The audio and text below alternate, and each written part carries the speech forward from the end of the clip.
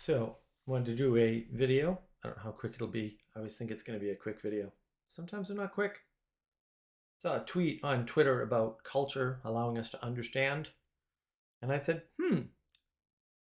computers are the perfect, penultimate example of what culture does for us. And it's not understanding. In fact, it's the opposite. It's allowing us not to understand so we can just get shit done, roughly speaking. Computers really illustrate this well. So let me show you how. I have a laptop. My laptop is insane. It has two video cards in the laptop. For real. One of them's an NVIDIA card because I do AI work sometimes and I need that horsepower. I don't do gaming. Not that I can't, not that I haven't. Don't do gaming. Haven't loaded a game on this laptop. It's a gaming laptop, by the way. I have two video cards because I need monitors and I need the CUDA stuff, the NVIDIA super stuff to do the magical AI tricks. I don't need to know how to fit two video card chipsets, the regular motherboard, and all the other electronics into a case that size to use this laptop. Why? Culture. That's why. Culture. Culture enables specialists to know how to do that. Now, what I've done here is a trick. I've given you the middle of the story. I'm going to attempt to, and undoubtedly fail, to explain some of the levels of complexity about having a laptop. So from the top side, from the top looking down, from the user perspective, because this is a perspective that most people have anyway, you have software that somebody wrote that you interact with using a bunch of hardware devices. You can trivialize your hardware devices and say, oh, well, mouse, and therefore. The first mouse was made of wood, by the way. There was an article not too long ago, maybe 5-6 years ago at most, basically outlining that no single person could build a mouse anymore. No single person knew how to build a mouse. Some single person built a mouse. That can't be done anymore. And depending upon how you define mouse, right? And I don't use a mouse, I use a Trek thumb thing. Have for years and years and years. Saves desk space, more accurate, easier on the hand. It gets more complicated. So you can say, well, I want an ergonomically designed mouse, not a square wooden mouse, because that's the first mouse was this square wooden thing. Fair enough. If you have like an old Amiga or something, they use these things called tank mice. Tank mice are ironically relatively comfortable, by the way. But they're called tank mice because they're not very sleek looking. They don't have round lines. They're relatively square. If you haven't seen a tank mouse, look it up. They're wonderful. I have Amigas. I have tank mice. Cool stuff. The round mice are way more complicated to build, as it turns out. They require different machinery, a different level of machinery. The software, the skill to build the software has gone down to almost zero. Like almost monkeys can build software now because no one's writing any software. What they're doing is they're gluing other people's code together and calling it software, which it is not, by the way, just so we're clear. You're probably not a software engineer. You're probably gluing 1,000 libraries together using recursion and variables. Whoop-de-doo. In the bad old days, we call that scripting. No one was impressed by people who could script. Usually it's macro languages and things like that. But it extended out into what we'd now call programming languages, which I would argue there's a validity to the complexity in the programming language being relevant to A, your knowledge, and B, what you can do with it, right? You're not going to program AI very easily in pure BASIC. There are basics that would allow you to do things that break out of BASIC so that you could program AI without being outside of BASIC, but that's not quite the same thing. There also is a BASIC out there that I think builds a rudimentary AI. But again, this gets back to the quality. What's the quality of this stuff? The libraries you're calling are usually written in C, right, or some other relatively low-level language, and then you're programming in a high-level language.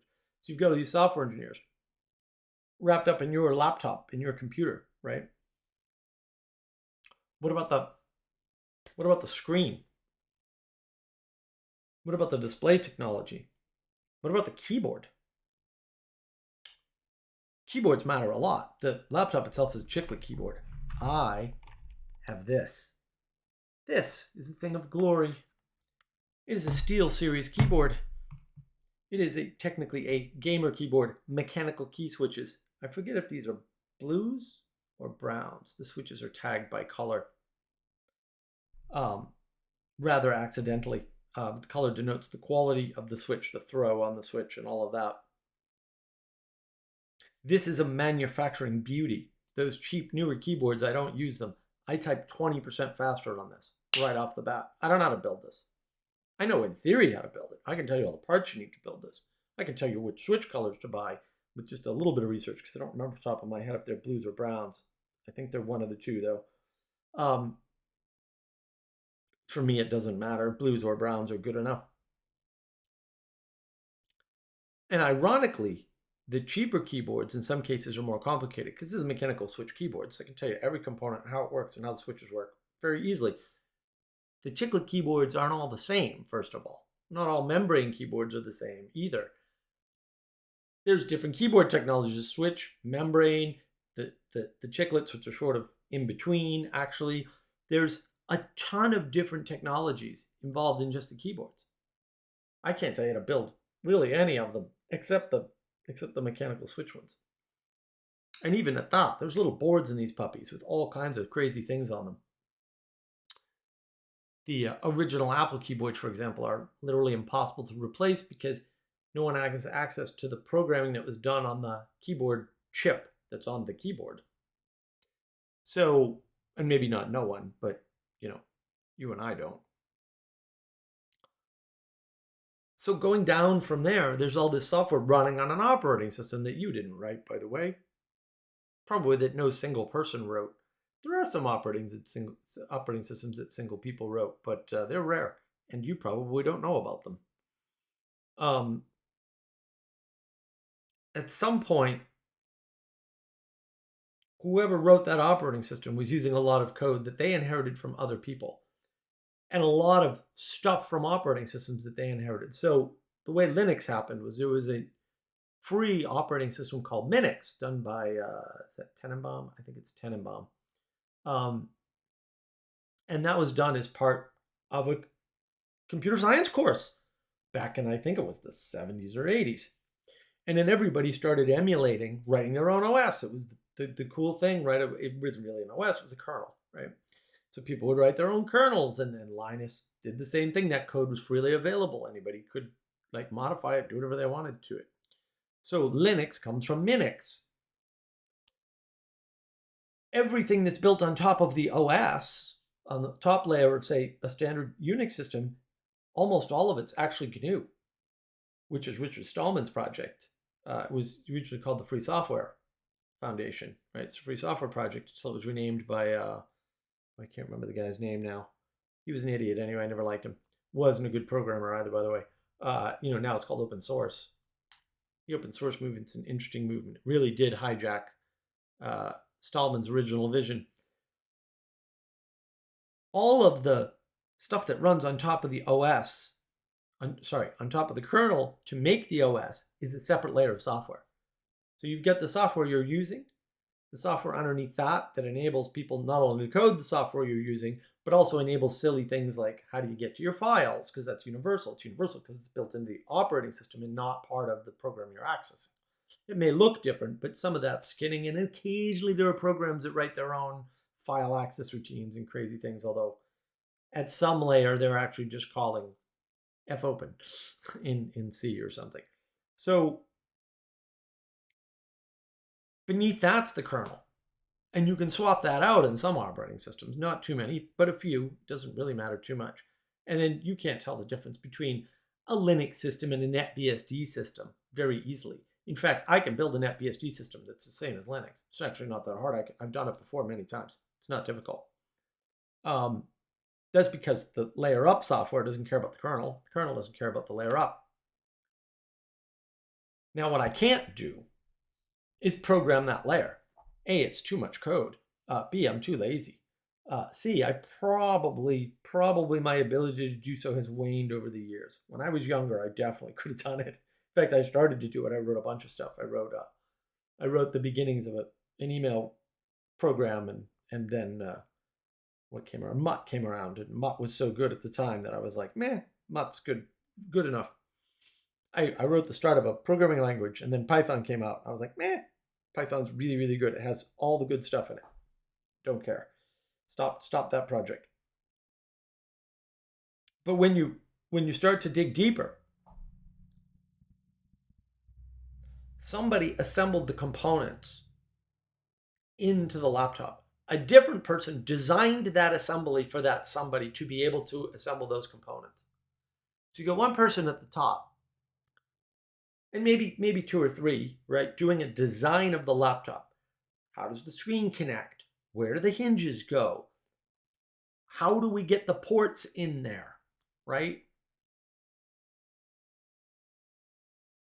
What does the case look like that fits the motherboard? Now, I'm not talking about the motherboard design. That's a separate and symbiotic process with the design of how to package it. Those people do that so that you can have hundreds of people, or maybe thousands of people, or maybe hundreds of machines put the laptop together more easily. So we're already several layers down the stack. And that's just the components that go in. So we have a culture of software engineering and design. We have a culture of designing physical product to ship, right? There's also a culture of how to package that product. You can say, well, that's just marketing. It's not just marketing. It doesn't matter either. There's a culture around it, right? And that culture leverages the skill of the rare, highly intelligent people and highly specialized people so that less specialized people can implement that en masse. And that happens at every layer. So let's keep going. Somebody designed the motherboard, and they designed the motherboard with certain criteria from this other group who designed the laptop physical thing, not the packaging, just the physical thing, right? We're at different layers now. Where do we put all these ports? What features do we need, right? Some of that bleeds into the other culture, the marketing culture. Fair enough. There's going to be marketing research. All of these layers come together. That's part of culture. I don't need to know how to design a motherboard with 2 video cards in it and all these cool ports. I don't need to know that to use my laptop.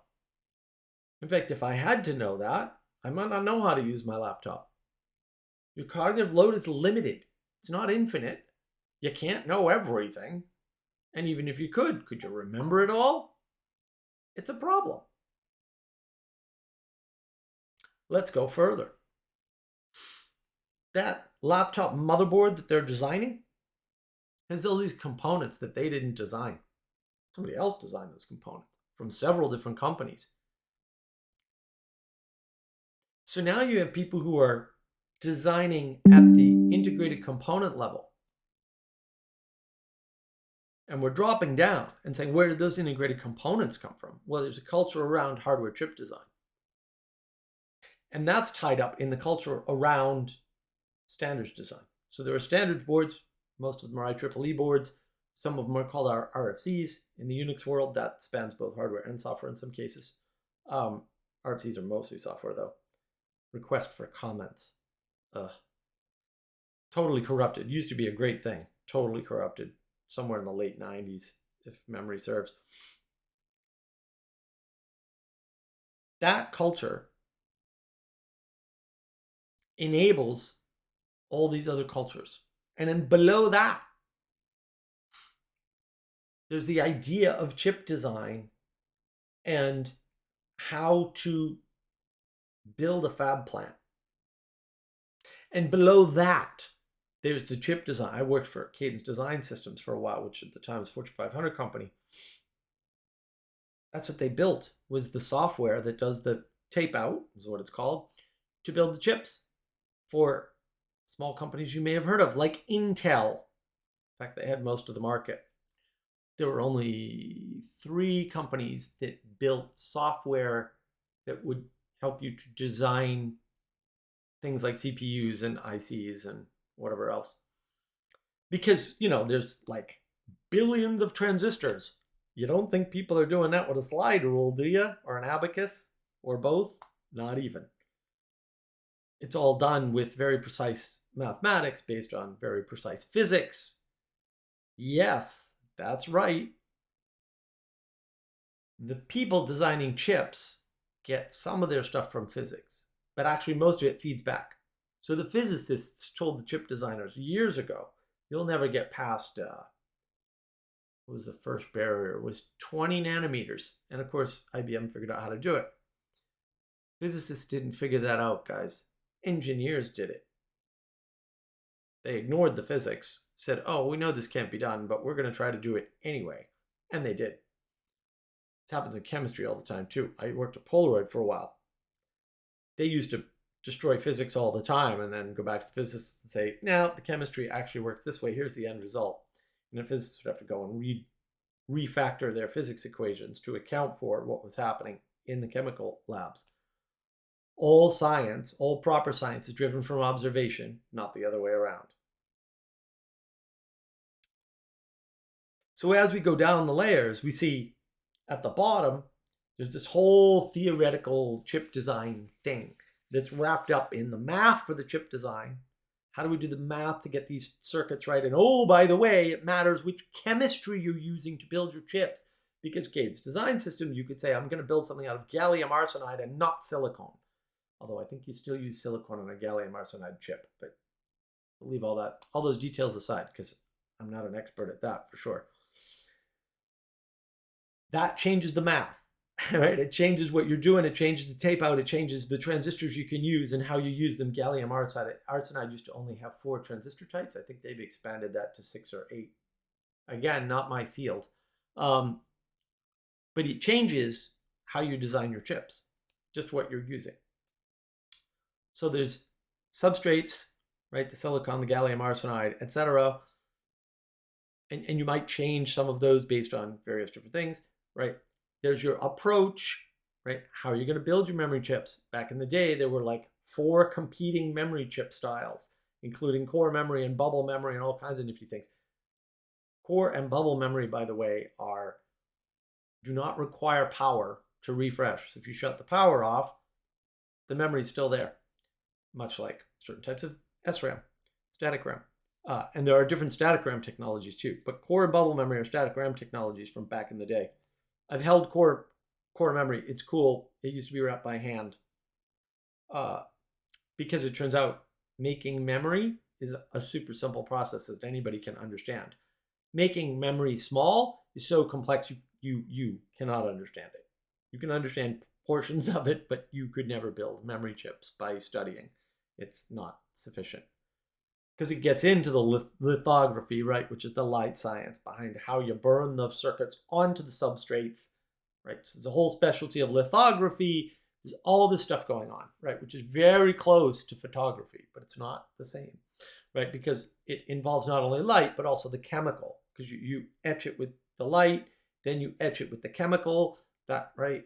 I don't know that this is current. That's what you used to do when it was 20 nanometers. That was still true.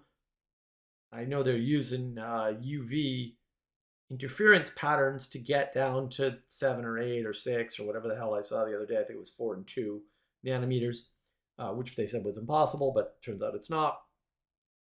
And as they're etching ever smaller components, they're finding out that if you etch the lines too small, they don't work. The physics breaks down. They don't know why, by the way. They'll tell you they do. They don't. They don't. Look at the literature. It's very confusing. Lots of competing papers with competing theories, all of which could be true or none of which could be true. You don't know. All of that rolls up into a chip. all of that rolls up into the board technology, which I didn't talk about, which there's multiple layers, and that affects the chip designs. How do you get a laptop? You get a laptop, multi-layer boards. Not breadboards. I have breadboards. You could do breadboards. I could do breadboards right now. They're not hard. They're single layer. They're just single layer connecting boards. 2-layer boards, very common. 8-bit computers back in the day had 2-layer boards in some cases. Not hard. 4-layer boards? Yeah, that's difficult, right? That can affect how you lay out your chips, how many chips you can get in a space, like all of this stuff. There's all these cultures around that, right? There are little mini cultures around these expertise, the specialties. And because those specialties exist, people who don't need to know that can assemble my laptop. And then they can ship it to me in a pretty box, even though they don't know the significance of the pretty box or the marketing behind it. And it all seems stupid to them. And then when I get the pretty box, I go, ooh, pretty box, because I am susceptible to pretty box with sexy hardware, which I have.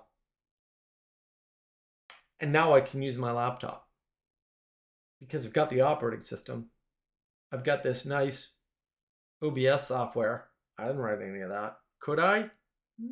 Probably. Not a lot of difficulty to it. There's some trickiness in the timing for sure. You can be real careful when you're doing audio and video stuff. In fact, I suspect their audio and video stuff could be optimized. And maybe I could do that. I don't know. I'm not gonna. That's for sure. Time consume. Performance work. If you need performance work, I can do performance work. I'm really good at it. I learned from the best, from HP back in the day. They were the best at the time. I learned from all their best guys. Performance work, difficult stuff. So yeah, I mean, the only reason why I'm able to use this laptop is because all these people were enabled by specialists, by experts, by expertise as such, to mass produce this product. Because mass production in and of itself is a technology. When you talk about something like the Industrial Revolution, that is the technology of mass production, where in the United States, that's what I know best, farm girls with no training or education, certainly none we'd recognize in modern standards, can help to create the clothing that clothes the world. That happened.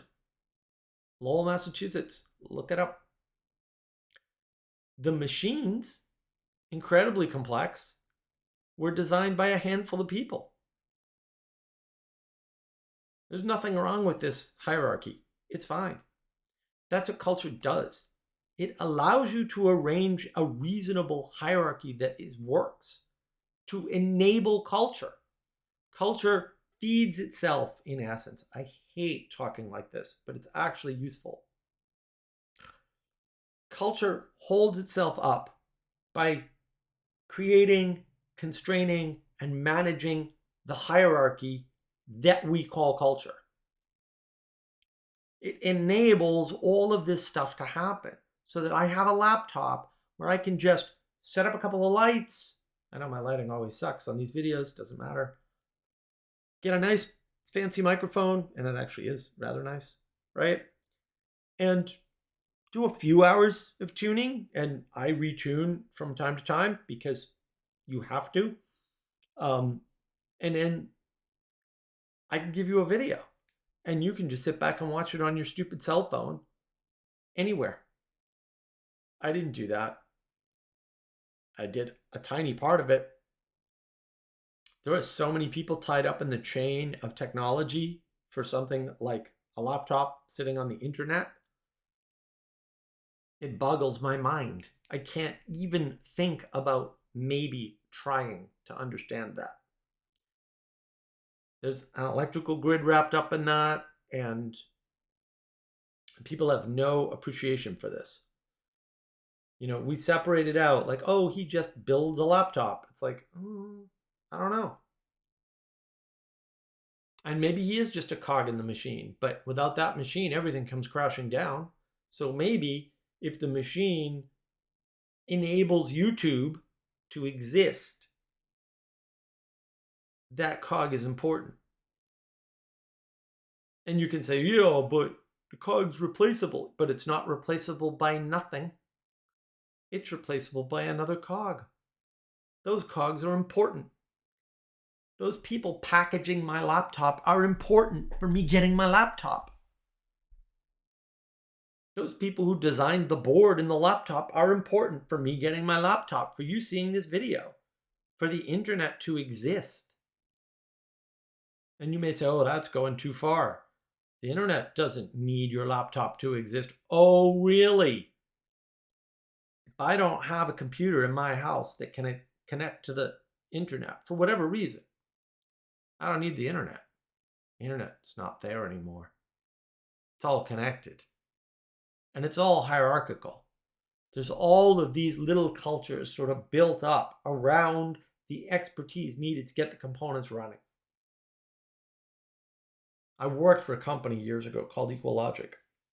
They made probably the best designed storage system that will ever exist in history, and I'm not exaggerating. It was fantastically well architected. The design work on that was fantastic. One of the only uses of Java I've ever seen that was dead on and perfect for Java. They embedded the UI controller, that ran everything as a Java app in the array, so that you could use a web browser, go to it, and it basically, what would happen is the software would be downloaded to your machine and it would run in your browser, and now you could manage the array from anywhere, right? Which is kind of cool. That's the right way to use Java, by the way. All other ways to use Java are probably invalid, just so we're clear.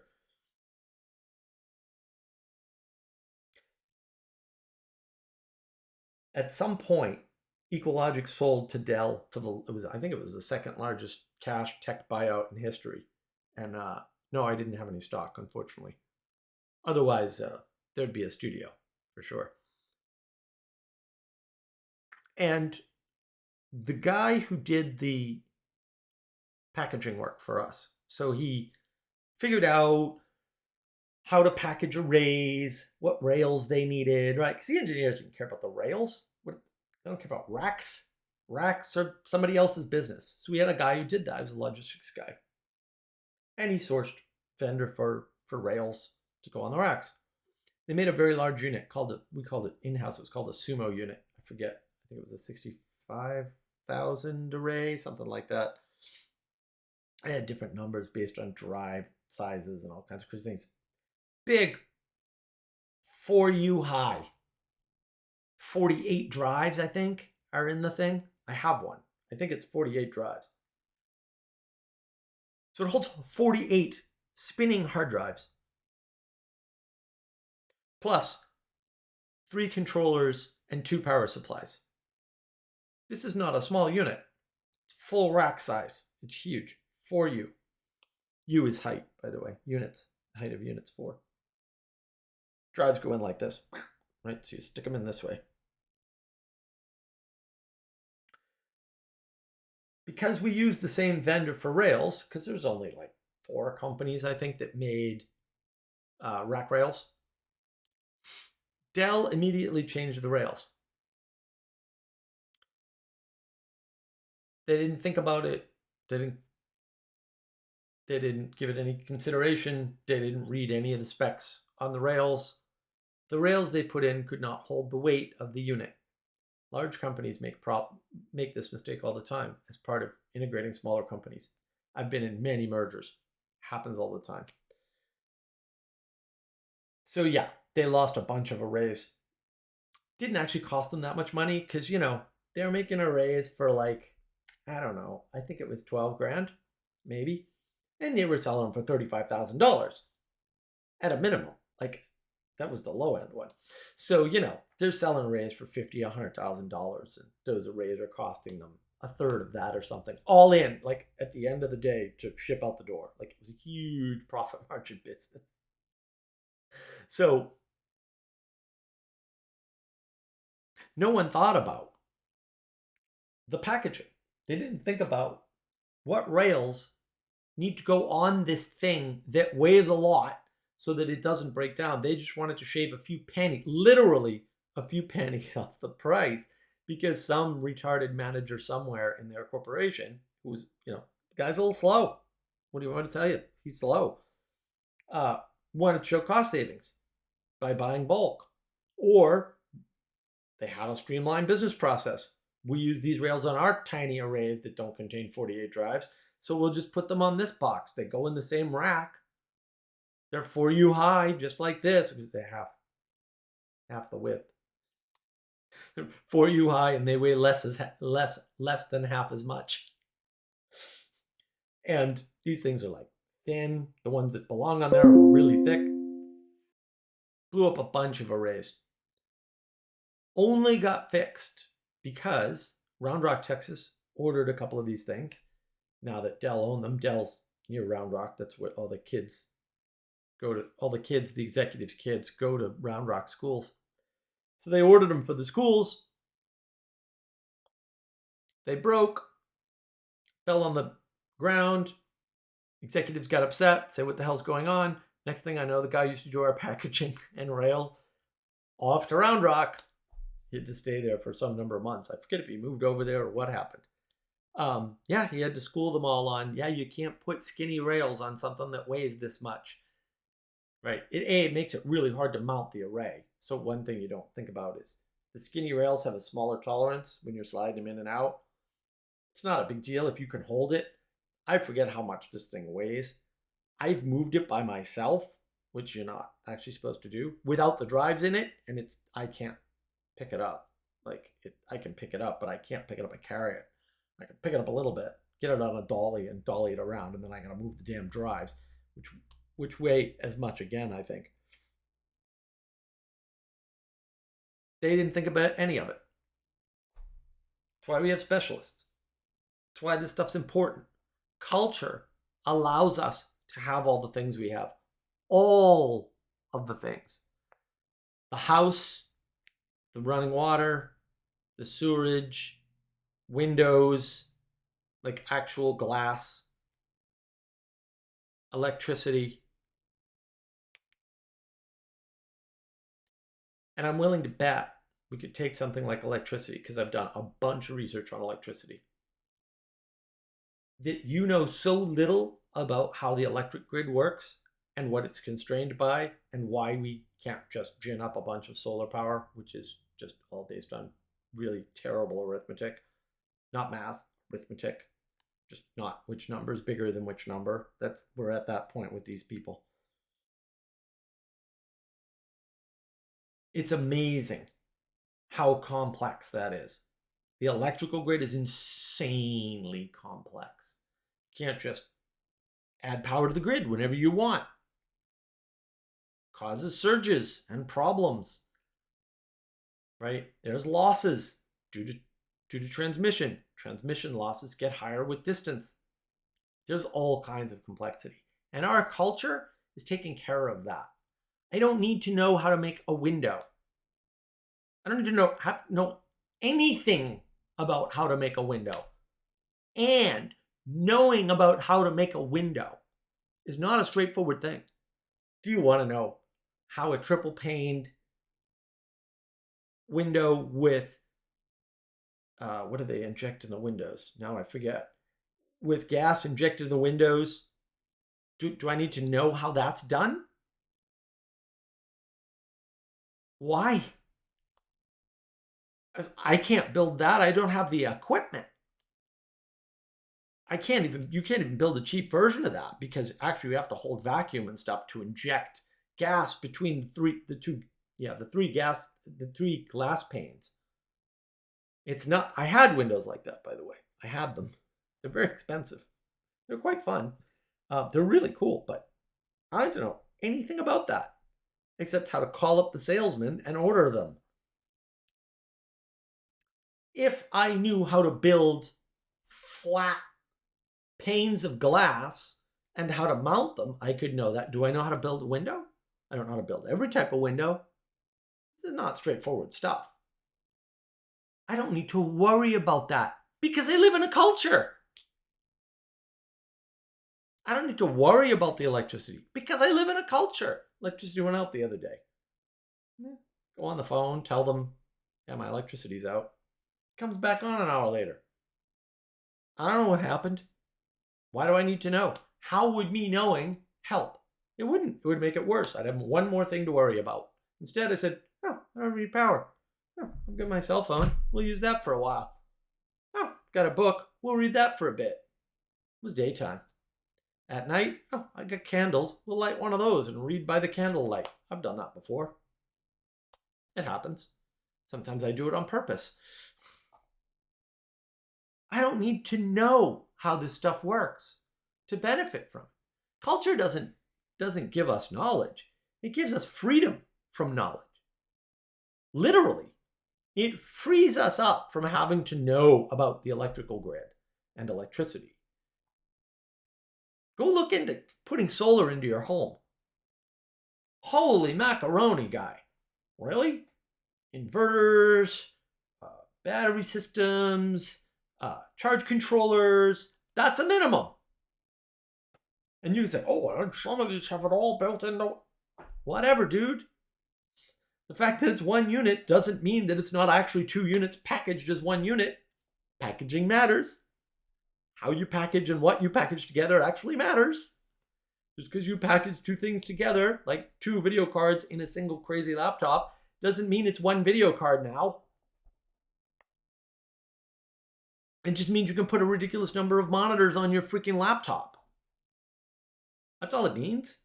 It means you can play that high-end video game. It means you can do that AI work at your house without paying some idiot to run it on their hardware at 10 times what it would cost you.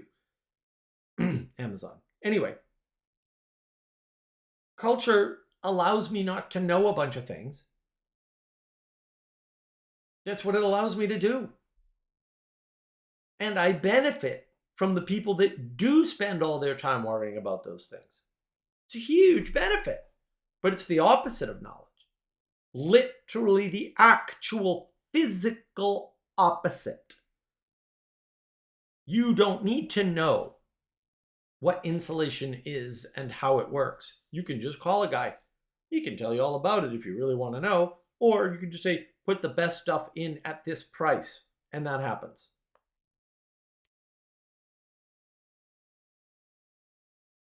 Do you want to have to become an expert at everything? Because you can't. You can't even become an expert as half the things you need to live the way you're living now. For almost everybody. Unless you're down in a van by the water and not on a very super sophisticated device that has 2 video cards in it. And you may be. Fair enough. There are really simple cell phones out there that, yeah, you could understand all the components of that. You're smart enough. But then, what about everybody else? Because you know what? Culture's not about you, you idiot. Definitionally, culture's about the group of people that you're with. It's like, oh, that person knows nothing about software engineering. Okay, I'll take your software engineer and show them they know nothing about software engineering. Now what? Because I can play that game for sure.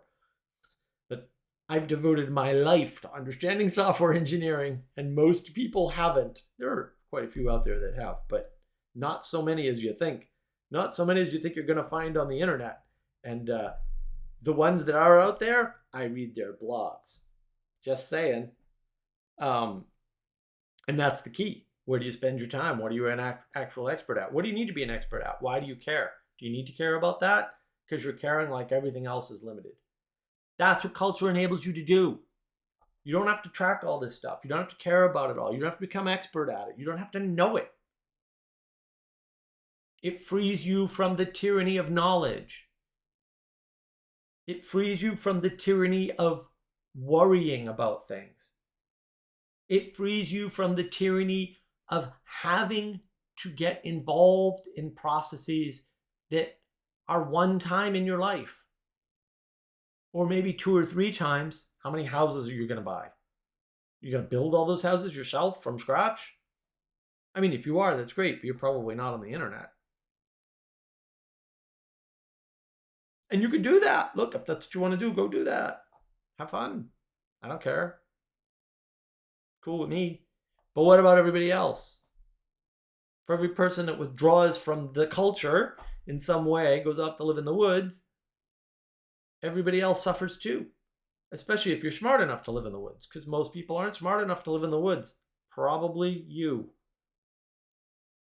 I could go into a bunch of things I know about survival, and I bet you don't know any of them. Some of them are in books that are no longer in print anymore. I was fortunate enough to have and subsequently lose. That's the problem. Knowledge is not forever anyway. Culture frees you from knowledge. It enables you to live and focus on the things that you care about more. And because you care about them more, you'll do a better job than somebody else. I'm never going to do a good job building windows, ever. I don't care about windows. I know people who care about windows. They're as passionate about windows as I am about my cool laptop or cool software engineering or whatever.